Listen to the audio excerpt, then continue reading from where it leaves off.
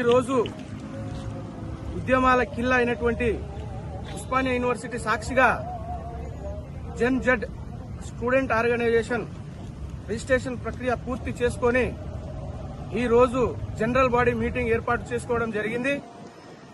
ఈ యొక్క సంఘం ఈ జెన్జీ ఏర్పడడానికి ప్రధాన కారణం ఏంటంటే ముఖ్యంగా 5 విషయాలు తీసుకోవడం జరిగింది. నెంబర్ 1, నీట్ ప్రశ్నపత్రాన్ని లీకేజీకి నైతిక బాధ్యత వహిస్తూ రాజీనామా చేసినటువంటి ఓన్లీ ధర్మేంద్ర ప్రధానే కాకుండా ప్రధాని కూడా తక్షణమే రాజీనామా చేయాలి. నెంబర్ 2, ఎలక్షన్ ఉన్నప్పుడే పార్టీలు మేనిఫెస్టో అని ఇదని అదని ప్రకటించి ఈ జెన్జెడ్లను మోసం చేస్తున్నారు. అందుకు ప్రతీకారంగా గతంలో ఇచ్చినటువంటి హామీని అంటే సంవత్సరానికి 1 కోటి ఉద్యోగాలు సెంట్రల్ గవర్నమెంట్ కల్పించాలి. నెక్స్ట్ ఇంకోటి ఏంటంటే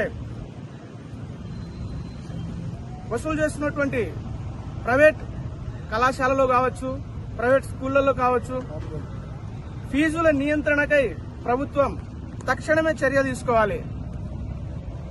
ఇంకోటి రాష్ట్ర ప్రభుత్వము గతంలో ఇచ్చినటువంటి హామీని 1,00,000 ఉద్యోగాలు ఒకటేసారి నోటిఫికేషన్ ఇచ్చి భర్తీ చేయాలి.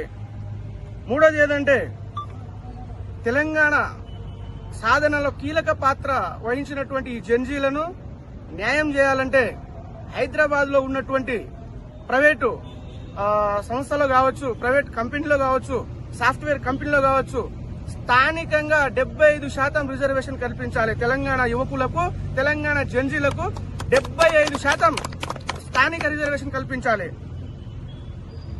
ఇంకోటి ఏంటంటే రాజ్యాంగాన్ని రక్షిస్తూ రాజకీయ ప్రక్షాళన జరగాలి.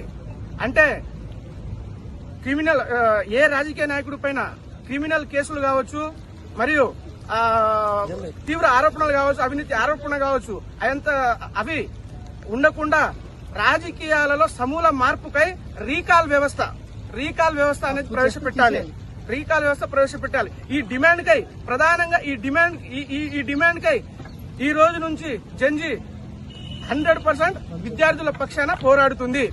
ఎటువంటి త్యాగానికైనా ఈ జెన్జీ స్టూడెంట్ ఆర్గనైజేషన్ పనిచేయడం జరుగుతుంది. తొందరలోనే మా యొక్క ఇనాగిరేషన్ భవిష్యత్ కార్యాచరణ తొందరలోనే ప్రకటిస్తాం.